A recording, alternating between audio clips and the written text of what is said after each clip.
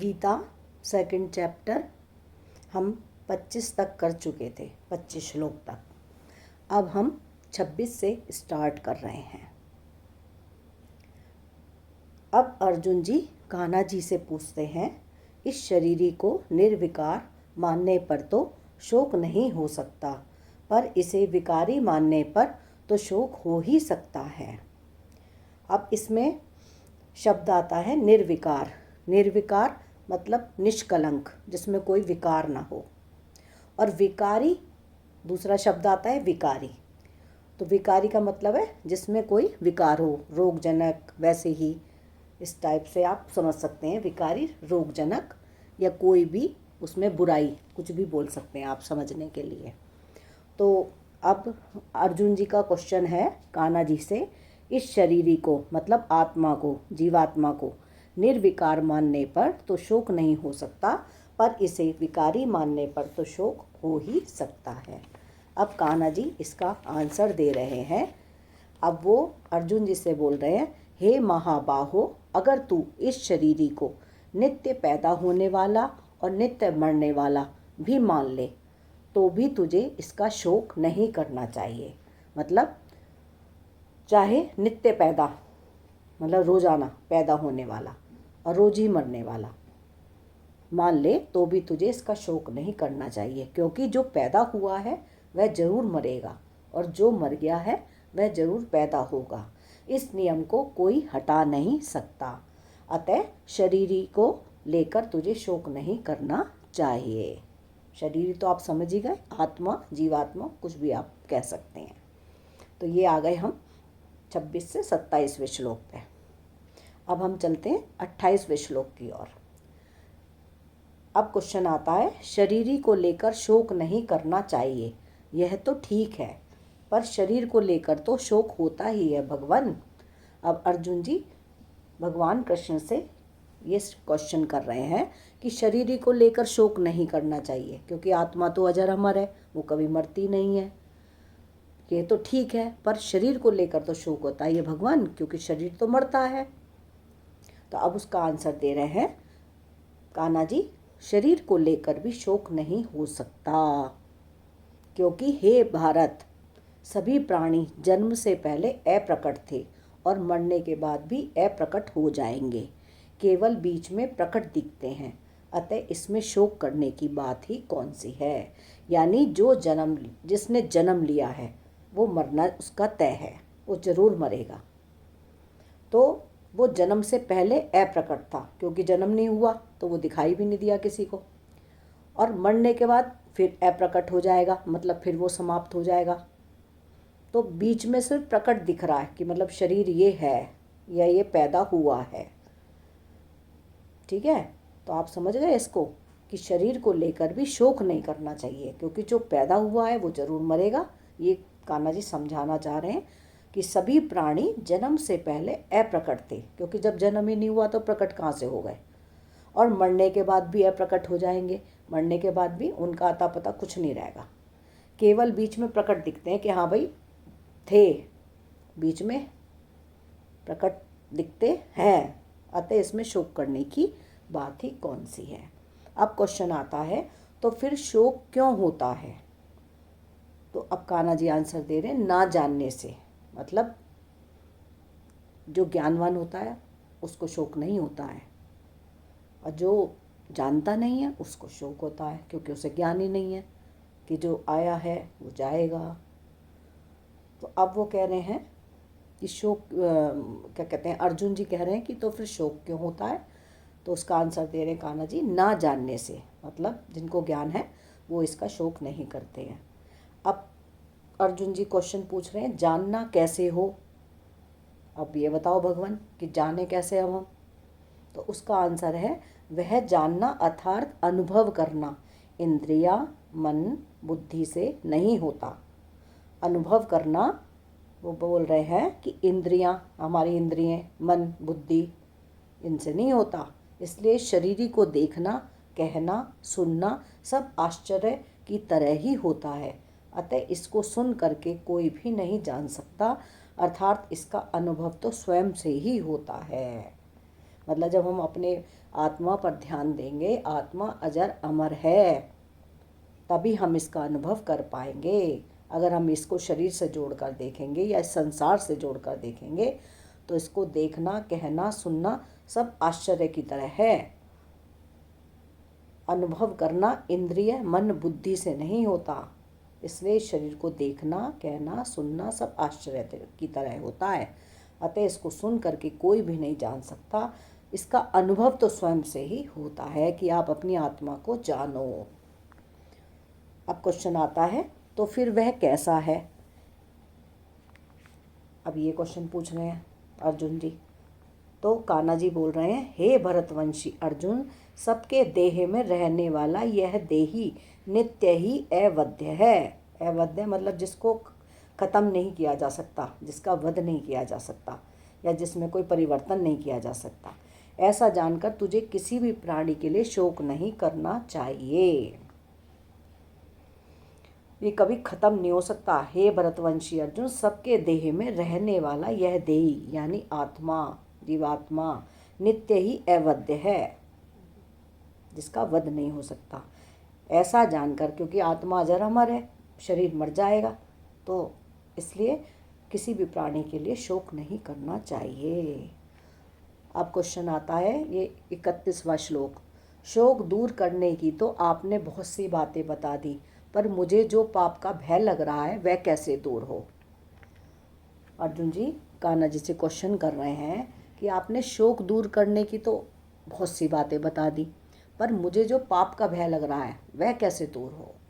अब उसका उत्तर दे रहे हैं प्रभु कान्हा जी, अपने धर्म, शास्त्र धर्म को देखकर, क्षत्रिय मतलब को देखकर भी तुझे भयभीत नहीं होना चाहिए, क्योंकि क्षत्रिय के लिए धर्म में युद्ध से बढ़कर दूसरा कोई कल्याणकारक कर्म नहीं है।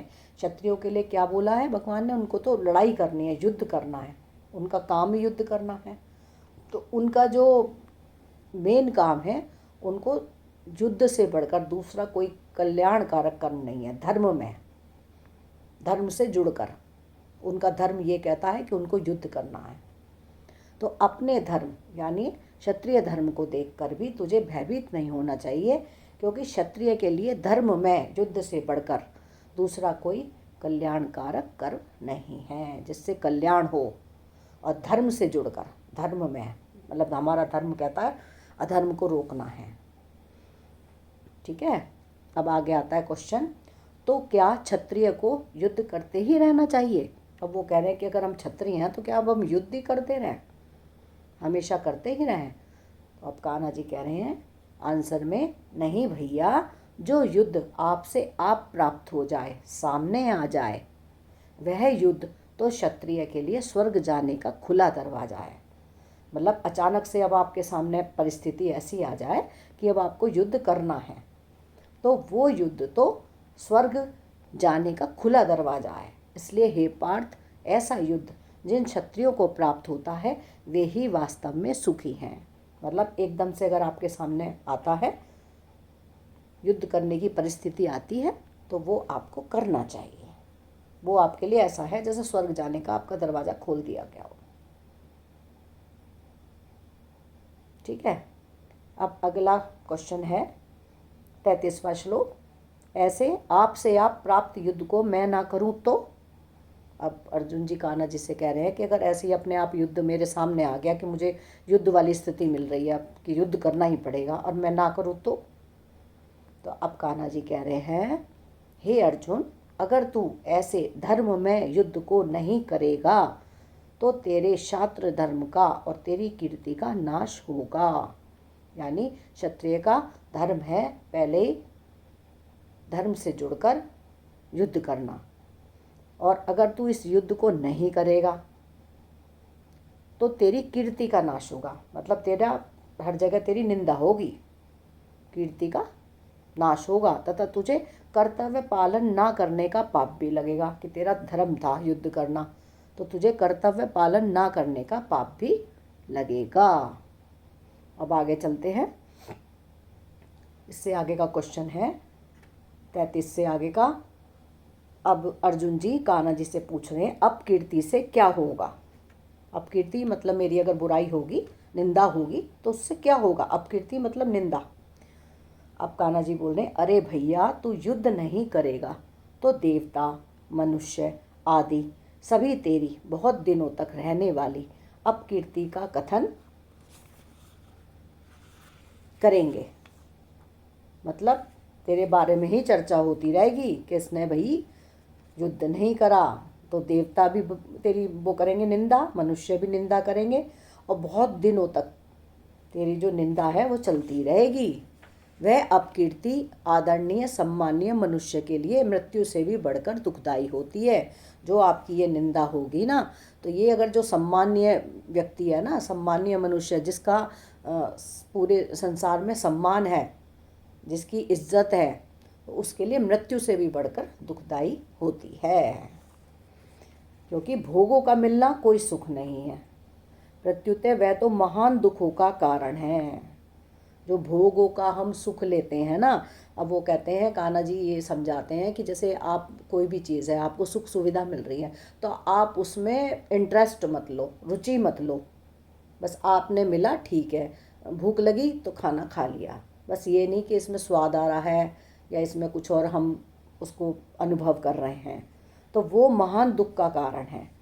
अगर हम भोगों का मिलना कोई सुख नहीं है, प्रत्युत वह तो महान दुखों का कारण है। मतलब अगर हम उसमें रुचि ज़्यादा दिखा रहे हैं तो वो तो दुख है, क्योंकि एक के बाद एक भोग हमें चाहिए होता है। फिर एक इच्छा हमारी पूरी होगी, फिर दूसरी इच्छा शुरू हो जाएगी, फिर तीसरी आ जाएगी, फिर चौथी आ जाएगी, तो हमें उसका कोई सुख नहीं लेना। वास्तविक सुख वही है जो दुख से रहित हो। दुख से रहित सुख यही है कि स्वधर्म रूप कर्तव्य कर्म करने का अवसर मिल जाए, कि हम अपने धर्म के अनुरूप कर्तव्य कर्म करते चले जाएं। आप ऐसे समझो इसको कि अपना जो हमारा धार्मिक शास्त्र हमारे जो कहते हैं, शास्त्रों से जुड़कर जो भी हमारे कर्म हैं वो हमें करने चाहिए। उनका अवसर अगर मिल जाए तो हमें करने चाहिए। अतः जिनको कर्तव्य पालन का अवसर प्राप्त हुआ है वे ही वास्तव में सुखी और भाग्यशाली हैं। अगर हम अपने शास्त्रों से अलग होकर कर्म करते हैं तो वो हमारे लिए ठीक नहीं है। हमें अपने शास्त्रों का ध्यान करना चाहिए और सदैव सत्य के रास्ते पर चलना चाहिए। अब इससे आगे का क्वेश्चन आता है, और क्या होगा भगवान? अब उन्होंने ये भी समझा दिया कि तुम्हारी फिर अपकीर्ति होगी, तुम्हारी निंदा होगी, सम्मानीय मनुष्यों में तुम बैठ नहीं पाओगे, क्योंकि तुम्हारी तो मृत्यु से भी बढ़कर दुखदायी स्थिति हो जाएगी। तो अब क्वेश्चन कर रहे हैं वो, और क्या होगा भगवान? चलो भाई मेरी निंदा तो होगी, पर अब और क्या होगा? तो उसमें आंसर देते हैं कान्हा जी, जिन भीष्म द्रोणाचार्य आदि महारथियों की दृष्टि में तू श्रेष्ठ माना गया है, उनकी दृष्टि में तू तुच्छता को प्राप्त हो जाएगा। कान्हा जी क्या कह रहे हैं कि भीष्म द्रोणाचार्य आदि महारथियों की दृष्टि में तू श्रेष्ठ माना गया है। उनकी दृष्टि में मतलब वो तुझे श्रेष्ठ मानते हैं कि अर्जुन श्रेष्ठ है, अपने नियम धर्म का पालन करते हैं, तो उस उनकी निगाह में भी तो तुच्छता को प्राप्त हो जाएगा। और वे महारथी लोग तुझे मरने के भय के कारण युद्ध से उपरत हुआ मानेंगे। यानी वे ही लोग तुझे अच्छा नहीं मानेंगे कि मरने के भय के कारण तूने युद्ध से अलग हो गया, तो युद्ध से उपरत हुआ मानेंगे कि युद्ध से भाग गया। तो जिनके लिए तू छोड़ने को कह रहा है युद्ध, तो उन्हीं की दृष्टि में तो नीचे गिर जाएगा। ऐसा कान्हा जी समझाने की कोशिश कर रहे हैं। अब अगला हमारा श्लोक आता है 36वां। उसमें अर्जुन जी कह रहे हैं, क्या मैं यह सह नहीं सकता भगवान? मतलब अगर मेरी इतनी निंदा विंदा हो रही है तो क्या इसको मैं सहन नहीं कर सकता? तो कान्हा जी कह रहे हैं, नहीं, तू सह नहीं सकता, क्योंकि तेरे शत्रुओं को वैर भाव निकालने का मौका मिल जाएगा। मतलब तेरे शत्रु तेरे से बैर भाव करेंगे, दुश्मनी निकालेंगे, तो उनको मौका मिल जाएगा तेरे से शत्रुता करने का। वे तेरी सामर्थ्य की निंदा करते हुए तुझे ना कहने लायक बहुत से वचन कहेंगे। वे तेरी सामर्थ्य की निंदा करते हुए, मतलब तू तो कह रहा मैं सहन कर लूँगा, लेकिन तेरी इसमें भी निंदा ही होगी। और बहुत से वचन तुझे ऐसे कहे जाएंगे जो कहने लायक नहीं है। उससे बढ़कर और दुख क्या होगा, मतलब तेरी और बेइज्जती होगी, ऐसे समझो आप इसको, कि तेरे से पूरी शत्रुता निकालेंगे। अरे जा जा जा, तू तो युद्ध से भाग गया, मतलब इस तरह से कटाक्ष शब्द बोलेंगे जो तुझसे सहन नहीं होंगे। और क्योंकि वो बच गए तो अब तेरे से बदला भी लेंगे वो पूरा। अब आगे आता है 37वें श्लोक में, और अगर मैं युद्ध करूं तो कान्हा जी उसका उत्तर दे रहे हैं, युद्ध करते हुए अगर तू मारा जाएगा तो तुझे स्वर्ग मिल जाएगा। क्या मिलेगा? स्वर्ग मिल जाएगा। तो कान्हा जी कह रहे हैं अगर तू अपना धर्म का पालन करते हुए अगर तू युद्ध करता है और तू उसमें मारा गया तो तुझे स्वर्ग मिल जाएगा। और अगर युद्ध में तू जीत जाएगा, देखो दोनों बातें कह दी उन्होंने, कि मारा जाएगा तो तुझे स्वर्ग मिल जाएगा, और अगर युद्ध में तू जीत जाएगा तो तुझे पृथ्वी का राज्य मिल जाएगा, मतलब तू पूरे पृथ्वी पर राज करेगा। अतः हे कुंती नंदन, तू युद्ध का निश्चय करके खड़ा हो जा। तो कान्हा जी कह रहे हैं बिल्कुल एक निश्चय कर ले कि तुझे अब युद्ध करना है। अब आता है जी आपका 38वां श्लोक, सेकंड अध्याय का 38वां श्लोक। क्या युद्ध से मुझे पाप नहीं लगेगा भगवान? भाई अगर मैं युद्ध करूँगा तो इतने जनों को जब मैं मारूंगा तो मुझे पाप नहीं लगेगा क्या भगवान? तो कान्हा जी उत्तर दे रहे हैं, अर्जुन नहीं, पाप तो स्वार्थ बुद्धि से ही होता है। मतलब अपनी बुद्धि से ही आप सोच रहे हो कि पाप होगा, पाप तो स्वार्थ बुद्धि से ही होता है। अतः तू जय पराजय, मतलब जीत हार, लाभ हानि और सुख दुख में समबुद्धि रख, मतलब इस सबको समान रख। ना तू जय की चिंता कर जीतने की, ना तू हारने की चिंता कर, ना तू ये सोच के युद्ध कर कि मुझे लाभ होगा, ना तू ये सोच के कर मुझे हानि होगी या सुख मिलेगा या दुख मिलेगा। सब में समबुद्धि रख कर युद्ध कर। इस प्रकार युद्ध करने से तुझे पाप नहीं लगेगा क्योंकि तू स्वधर्म का पालन करेगा। अब क्वेश्चन आता है, जिस समबुद्धि से कर्म करते जरा भी पाप नहीं लगता उसकी और क्या विशेषता है भगवान? कि अगर मैं सब में समान बुद्धि रखूँगा तो मुझे जरा भी पाप नहीं लगेगा, तो क्या विशेषता है उसमें भगवान? इस बात में क्या विशेषता है? तो एक तो इससे पहले ये आ गया कि मरने मात्र से अपकीर्ति नहीं होती, जो उसमें बोला ना उन्होंने कि स्वार्थ बुद्धि से ही होता है पाप। पाप अगर तू समझेगा तो वो अपनी बुद्धि से ही सोच रहा है। तो तू जय पराजय, लाभ हानि, सुख दुख, इसमें समबुद्धि रख। तो इसमें क्या है कि कान्हा जी ये भी समझाने की कोशिश कर रहे हैं कि मरने मात्र से अपकीर्ति नहीं होती, मतलब आपकी बुराई नहीं होगी, अपकीर्ति नहीं होगी, आपकी निंदा नहीं होगी, क्योंकि मरना तो हर एक का होता ही है। अपकीर्ति तो अपने कर्तव्य से च्युत होने से ही होती है। अपकीर्ति जब होती है जब हम अपने धर्म के रास्ते पर चल रहे हैं और हम उससे इधर उधर हो जाएं, तब होती है। तो इसके बाद फिर क्वेश्चन ये पूछा उन्होंने, अर्जुन जी ने, कि जिस समबुद्धि से कर्म करते जरा भी पाप नहीं लगता उसकी और क्या विशेषता है भगवान? तो भगवान अगर मैं सबको समान बुद्धि से देखते हुए अपना कर्म करता हूँ तो मुझे पाप नहीं लगेगा, तो इसमें क्या विशेषता है? तो अब कान्हा जी उत्तर दे रहे हैं, इस समबुद्धि की बात मैंने पहले सांख्य योग में कह दी है, अब तू इसको कर्म योग के विषय में सुन।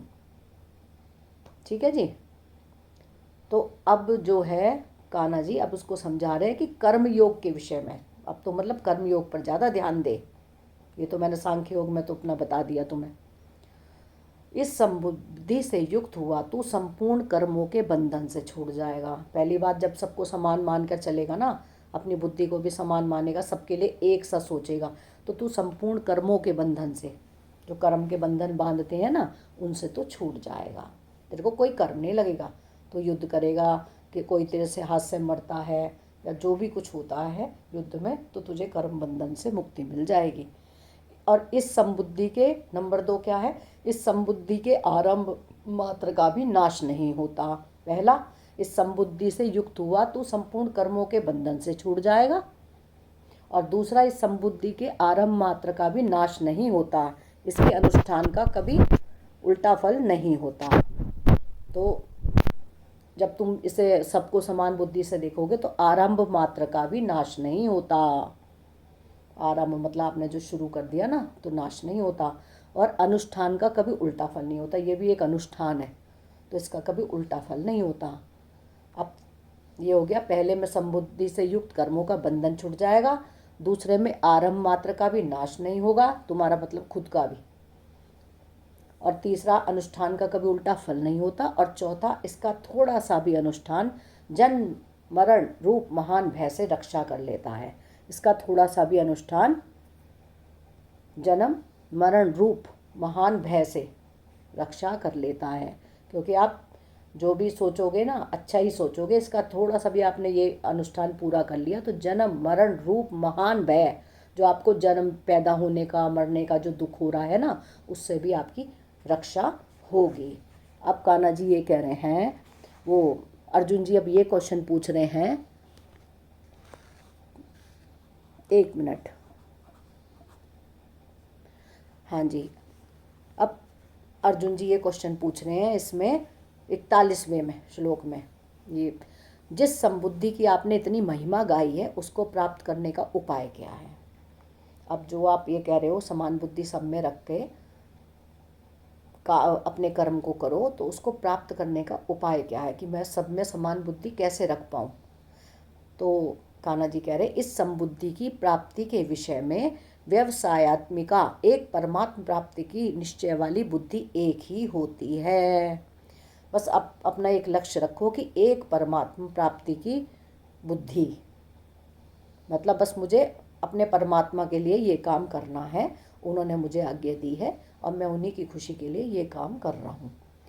परंतु जिनका परमात्म प्राप्ति का एक निश्चय नहीं है, ऐसे मनुष्यों की बुद्धियाँ निश्चय अनंत और बहुशाखाओं वाली होती हैं।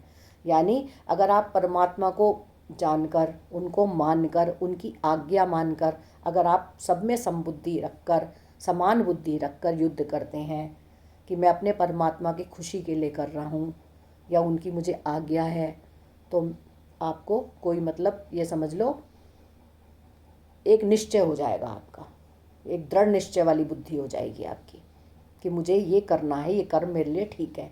और अगर आपकी परमात्मा की प्राप्ति में आपका विश्वास नहीं है या आपका मन भटक रहा है, तो आपकी जो बुद्धियां हैं ना, वो निश्चय अनंत और बहुशाखाओं वाली, बहुशाखाओं वाली मतलब जैसे पेड़ के कई कई शाखा निकल आती है ना, तो आपकी बुद्धि भी ऐसे ही घूमेगी, कभी इधर कभी उधर, कभी कुछ मन में विचार आएगा, कभी कुछ मन में विचार आएगा, तो आप पूर्णता को प्राप्त नहीं कर सकते। आप एक तरफ, आपको एक निश्चय बनाना है, एक जगह टारगेट करना है, ठीक है। अब इसके आगे का है जी, अब वो एक क्वेश्चन और पूछ रहे हैं कि उनका परमात्म प्राप्ति का एक निश्चय क्यों नहीं होता। मतलब आपने तो बता दिया कि एक परमात्म प्राप्ति की निश्चय वाली बुद्धि रखो, बस कि मेरे परमात्मा से मुझे आज्ञा मिली है, मुझे ये काम करना है। तो वो कह रहे हैं एक निश्चय ऐसे क्यों नहीं होता सबका।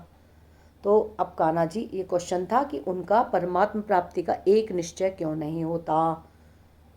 तो उसमें आंसर दे रहे हैं कान्हा जी कि नंबर 1, जो कामनाओं में तन्मय हो रहे हैं, तन्मय हो रहे हैं मतलब जिनकी बहुत सारी कामनाएं हैं, मेरा ये भी हो जाए, मेरा ये भी हो जाए, मेरा ये भी काम हो जाए, तो वो। नंबर 2, स्वर्ग को ही श्रेष्ठ मानने वाले हैं।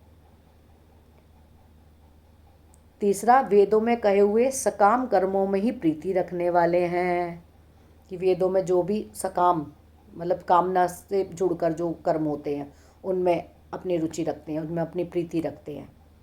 और नंबर 4, भोगों के सिवाय और कुछ है ही नहीं, ऐसा कहने वाले हैं कि हमें तो भैया भोगना है, बस हमारा जन्म तो भोगने के लिए हुआ है, अब मतलब अपना एंजॉय करो, बस मौज करो। वे बेसमझ मनुष्य इस पुष्पित दिखाऊ शोभायुक्त वाणी को कहा करते हैं, जो कि जन्म रूप कर्म फल को देने वाली है तथा भोग और ऐश्वर्य की प्राप्ति के लिए बहुत सी क्रियाओं का वर्णन करने वाली है। यानी वो बेसमझ मनुष्य हैं जो कामनाओं में, जो कामना को लेकर तन्मय हो रहे हैं कि हमारी ये इच्छा पूरी हो जाए। स्वर्ग को श्रेष्ठ मानने वाले हैं कि भाई हमें तो बस मरने के बाद स्वर्ग मिल जाए। तीसरा, वेदों में कहे हुए सकाम कर्मों में प्रीति रखने वाले हैं कि जो वेदों में कहा गया है कि इस काम के लिए सकाम से मतलब ये कर्म करो कि हमारा ये काम हो जाए, और भोगों के सिवाय और कुछ है ही नहीं कि भैया इसलिए हमारा जन्म जो हुआ है भोग भोगने के लिए हुआ है, बढ़िया बढ़िया भोग भोगो, अच्छा खाओ पियो मौज करो। तो उन्होंने कान्हा जी ने बताया कि वो बेसमझ मनुष्य हैं, उनको समझ नहीं है, और वो दिखाऊ मतलब दिखाऊ शोभा युक्त वाणी को कहा करते हैं, जो कि जन्म रूप कर्मफल को देने वाली है। तो जन्म जो आपने लिया है उसमें जो कर्मफल है वही मिलेगा आपको।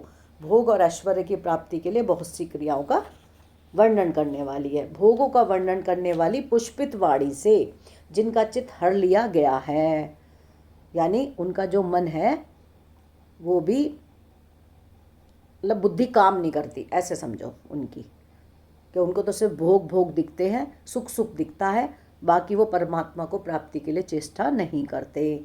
भोगों की तरफ खिंच गया है उनका मन, तो इनका चित्त तो हर लिया गया है, कहते हैं ना बुद्धि भ्रष्ट हो जाती है बस। और जो भोग तथा ऐश्वर्य में अत्यंत आसक्त हैं कि भैया हमें तो भोग भी चाहिए और ऐश्वर्य भी चाहिए, उसमें उनकी आसक्ति है, उन मनुष्यों की परमात्मा में एक निश्चय वाली बुद्धि नहीं हो सकती। कितनी बढ़िया बात बोली है सीधे सीधे शब्दों में, कि ऐसे मनुष्य जो भोग में ऐश्वर्य में मतलब सांसारिक सुख में आस्था रखते हैं, उनकी जो बुद्धि है वो भगवान में नहीं लग सकती, भगवान के लिए वो कुछ नहीं करेंगे, भगवान से वो नहीं जुड़ेंगे। इसलिए वो क्या होगा फिर अंत समय में, क्या होगा कि भगवान को भजा नहीं तो सीधे सीधे नरकगामी होंगे और अपने कर्मों का जो जो उन्होंने कर्म करे हैं उनको भोगेंगे। तो अब हमारा ये गीता का सेकंड चैप्टर का हम पहुंच गए 25 के बाद में 26 से लेकर 44 तक हमने आज कंप्लीट कर लिया। ओम श्री परमात्मने नमः। श्री कृष्णा शरणम।